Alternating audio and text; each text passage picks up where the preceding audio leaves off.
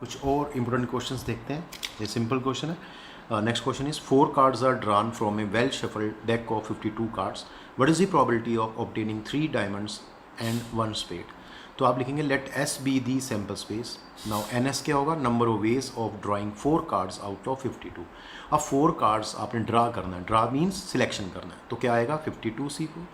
Now let A be the event, ये वो event होगा जिसकी प्रोबेबिलिटी हमें फाइंड करनी है, तो ये वाला 3 डायमंड्स एंड 1 स्पेड। तो क्या लिखेंगे, let A be the event that 3 diamonds and 1 spade are drawn.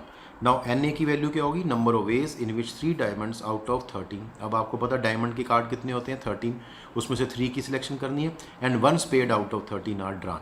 तो आपको पता है 13 में से 3 की सिलेक्शन होगी, 13C3 एंड है तो बीच में इनटू हो गया, और 1 स्पेड की सिलेक्शन होगी आउट ऑफ 13 13C1 से। टोटल नंबर ऑफ वेज कितने हो गए 13C3 इंटू 13C1। ये फंडामेंटल मल्टीप्लिकेशन प्रिंसिपल का यूज़ करके हमने निकाला है। देयरफॉर रिक्वायर्ड प्रोबेबिलिटी, अगर हम रिक्वायर्ड प्रोबेबिलिटी की बात करते हैं तो वो बनेगा P ऑफ ए, फॉर्मूला आपको पता है N of A by N of S. तो देखिए ये वैल्यू आएगी 13C3 into 13C1 over 52C4। Break कैसे करना है, ये 3 है तो 3 टाइम्स ये पीछे जाएगा 13 12 11 और ये 3 2 1 आएगा। 13C1 की वैल्यू 13 होती है, पता है आपको, और इसको ब्रेक करेंगे 4 टाइम्स बैकवर्ड, 52 51 इंटू 50 इंटू 49 और नीचे 4 3 2 1। जब इसको आप सॉल्व कर लेंगे तो आपकी जो वैल्यू है वो आएगी 286 बाई 20825। ये आपको करके देखना पड़ेगा। चलिए एक और क्वेश्चन देखते हैं। ये सिंपल क्वेश्चन है। A letter is selected at random from word assassination, find the probability that letter is number 1 a vowel and a consonant. तो कुछ बच्चों को ये क्लियर नहीं होता इसका कॉन्सेप्ट, इसलिए मैंने क्वेश्चन लिया है simple. The given word is assassination, there are 13 letters, let S be the sample space, और इसमें हम लेंगे S be the sample space. Now n S क्या होगा, इसमें से आपको क्या करना है, एक लेटर सिलेक्ट करना है, अरेंज नहीं करना, सिलेक्ट करना है। तो number of ways of selecting 1 letter out of 13। अब 13 में से हमने 1 लेटर की सिलेक्शन करनी है, तो 13C1 आएगा। बच्चे कंफ्यूज होते हैं, ये रेपिटेशन हो रही है, वो बेटा तब होता है जब इसको अरेंज करते हैं उसके अंदर, ठीक है। तो क्योंकि यहाँ सिर्फ एक ही लेटर सेलेक्ट हो रहा है इसलिए कोई केस नहीं बनेगा, एक ही केस बनेगा 13C1। तो ये एन एस की वैल्यू 13 आ जाएगी। तो फर्स्ट पार्ट में चलते हैं। Let capital A be the event that a vowel is selected. तो पहले बात करनी है ए वोवल की। तो therefore n A number of ways of selecting 1 vowel out of 6। अब 6 में से 1 की सिलेक्शन कैसे होगी, 6C1, और 6C1 की वैल्यू क्या होती है 6 होती है। तो देयरफॉर रिक्वायर्ड प्रोबेबिलिटी क्या बनेगी, P of A which is equal to N of A by N of S, that is 6/13। इसी तरह से हम कॉन्सोनेंट वाला केस भी ले लेंगे। Let capital B be the event that a consonant is selected. Therefore n B क्या आएगा, number of ways of selecting a consonant out of 7। तो एन बी की वैल्यू क्या आ गई 7C1 which is equal to 7। तो therefore required probability क्या बनेगी, probability of B which is equal to n B by n S 7/13। ठीक है, तो एक अच्छा क्वेश्चन है सिंपल, लेकिन आपको प्रेजेंटेशन कैसे करनी है वो मैंने बता दी, इस तरह से आपको एक्सप्लेन करना है। अब एक बहुत ही अच्छा क्वेश्चन लेते हैं, ये वाला। ये क्वेश्चन क्या है, a fair coin is toss 4 times and a person win ₹1 for each head and lose ₹1.50 for each tail that turns up from the sample space. पहले आप सैम्पल स्पेस बनाएंगे, पहले आउटकम्स बताएंगे, फिर आप सैम्पल स्पेस बताएंगे। Calculate how many different amounts of money you can have after 4 tosses and the probability of having each of these amounts. बहुत अच्छा क्वेश्चन है। वो कहता है कि एक फेयर कॉइन को टॉस करते हैं, 4 टाइम्स टॉस करते हैं, एक पर्सन को ₹1 का गेन होता है, प्रॉफिट होता है अगर हेड आता है, और वो लूज़ कर जाता है ₹1.50 अगर उस पर कोई टेल आता है।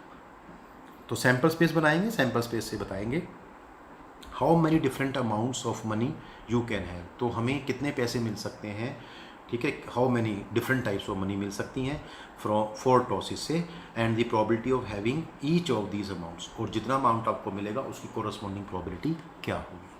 तो देखते हैं, let S be the sample space. Sample space सबसे पहले तो मैंने यहाँ दिखाया आपको, अगर एक कोइन को 4 टाइम्स टॉस किया जाता है तो टोटल पॉसिबल आउटकम्स बनेंगी 2⁴ कितनी बनेगी 16। तो चलिए शुरू करते हैं। Let S be the sample space. तो देयरफॉर एस क्या आएगा सेट, इसमें मैंने आपको बताया हुआ है कि किस तरह से करना है आपने।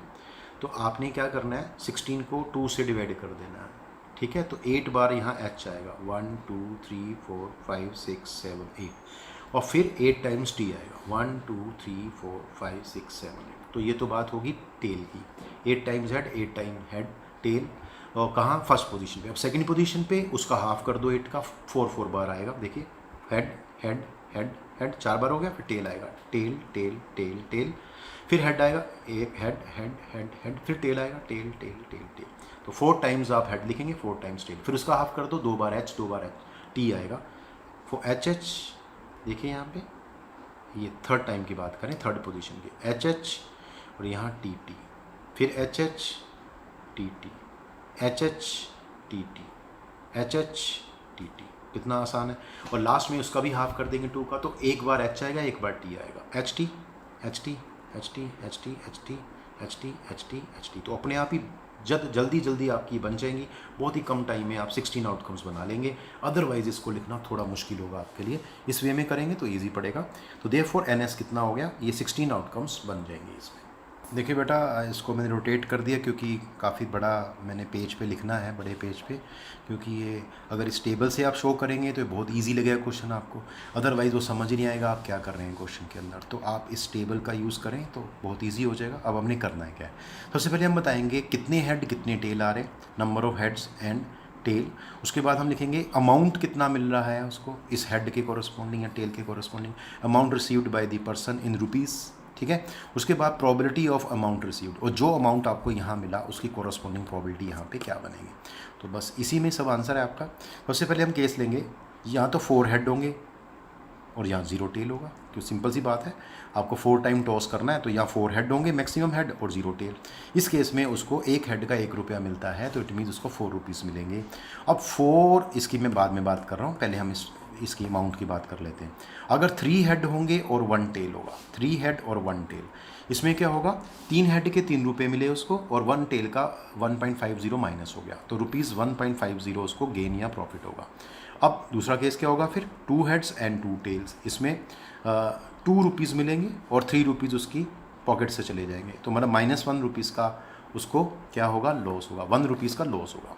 उसके बाद 1 हेड एंड 3 टेल्स, तो 1 रुपया मिला और 4.50 उसके जेब से चले गए, पॉकेट से, तो ये बचेंगे -3.50, तो ये लॉस हो गया 3.50 रुपीज़ का।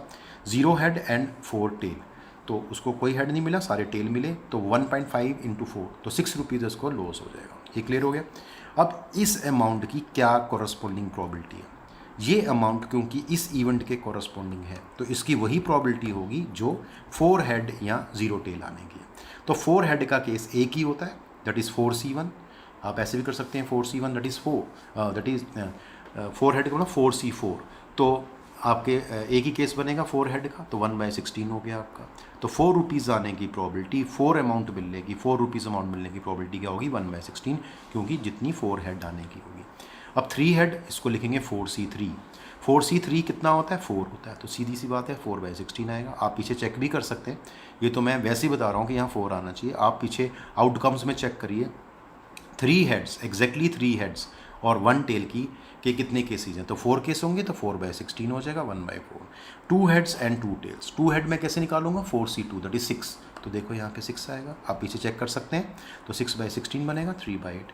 इसके बाद हम इसकी बात करेंगे, इसकी बात नहीं करेंगे, तो देखते हैं 1 हेड मतलब 4C1, 4C1 मीन्स 4, तो यहाँ 4/16 हो जाएगा, आप पीछे चेक कर सकते हैं आउटकम्स को, 1/4। और 0 हेड मतलब 4C0, कोई आउटकम नहीं चाहिए आपको हेड वाली, तो आप कहेंगे 4C0 दैट इज़ 1, तो 1/16 हो जाएगा, क्योंकि सारे टेल का एक ही केस होता है, 4 टेल्स का 1/16। और इसमें मैंने बस ये क्वेश्चन कंप्लीट हो गया आपका, इसी में ही आंसर छिपा हुआ है।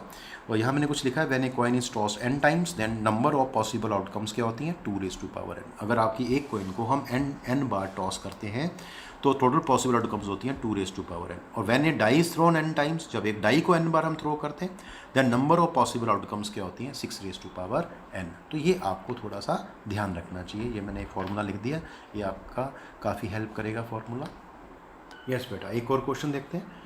From the employees of a company, 5 persons are selected to represent them in the managing committee of the company. Particulars of the 5 persons are as follows. सबसे पहले सीरियल नंबर है 1 2 3 4 5, पर्सनस के नेम है हरीश, रोहन, शीतल, Alice and Salim, और ये mail है female है, ये दिया हुआ है। Harish is male, Rohan is male, Sheetal is female, Alice is female, Salim is male. Age दी हुई है, हरीश की एज 30 है, 30 ईयर्स है, ईयर्स में है। रोहन 33, शीतल 46, एलिस 28 एंड सलीम 41। अब क्वेश्चन है क्या, a person is selected at random from this group, तो ये 5 का जो ग्रुप है इसमें से एक पर्सन को सिलेक्ट किया जाता है to act as a spokesperson. What is the probability that the spokesperson will be either male और ओवर 35 ईयर्स। तो ये बहुत ही अच्छा क्वेश्चन है देखा जाए। देखिए क्या करेंगे इसमें हम लिखेंगे सोल्यूशन में, let capital a and capital b denote the events that the spoke person is a male और over 35 years respectively. Let S be the sample space, s हम यहाँ सैम्पल स्पेस ले लेते हैं, तो एन एस क्या आएगा 5, क्योंकि आपको एक पर्सन की सिलेक्शन करनी है 5 में से, तो ये 5C1 या 5 आएगा। अब एन ए क्या आएगा, एन के ए क्या है आपका कि वो पर्सन क्या होना चाहिए, मेल होना चाहिए। अब इसमें एन ए मेल कितने पर्सन है, 1 2 3, तो एन ए की वैल्यू 3 हो जाएगी। और बी क्या इवेंट है आपका, उसकी एज ओवर 35 से ज़्यादा होनी चाहिए, और 35 ज़्यादा एज के कितने पर्सन है देखो 1 2, तो ये 2 आएगा n B. N of A intersection B, इसका क्या मतलब है, वो मेल हो और उसकी एज 35 से ज़्यादा हो। तो ऐसा कौन सा मेल है, इसकी तो नहीं है, इसकी नहीं, इसकी तो एक ही मेल है जिसकी एज 35 से ज़्यादा है, तो या n of A intersection B की वैल्यू 1 आ जाएगी। तो आप कहेंगे देयरफॉर प्रोबेबिलिटी ऑफ ए कितना होगा, n A by n S that is 3/5। Probability of B क्या होगा, n B by n S that is 2/5। और देखिए बेटा probability of A intersection B क्या होता है, n of A intersection B by n of S that is 1/5। ठीक है, सारी प्रोबेबिलिटी मिल गई हमें। नाउ रिक्वायर्ड प्रोबेबिलिटी क्या निकालना था, बीच में और लगा हुआ था दोनों इवेंट्स के बीच में, तो आइदर ए मेल और ओवर 30 ईयर्स, तो क्या बनेगा probability of A union B. Formula आपको पता है, P of A plus P of B minus P of A intersection B. तो इसकी वैल्यू 3/5, इसकी 2/5, इसकी 1/5। सॉल्व करेंगे तो 4/5 and this is the answer. Very simple question, अच्छा क्वेश्चन है। तो इसी के साथ हम आज ये चैप्टर कंप्लीट करते हैं। नेक्स्ट टाइम हम नया चैप्टर शुरू करेंगे। आज के लिए बस इतना ही।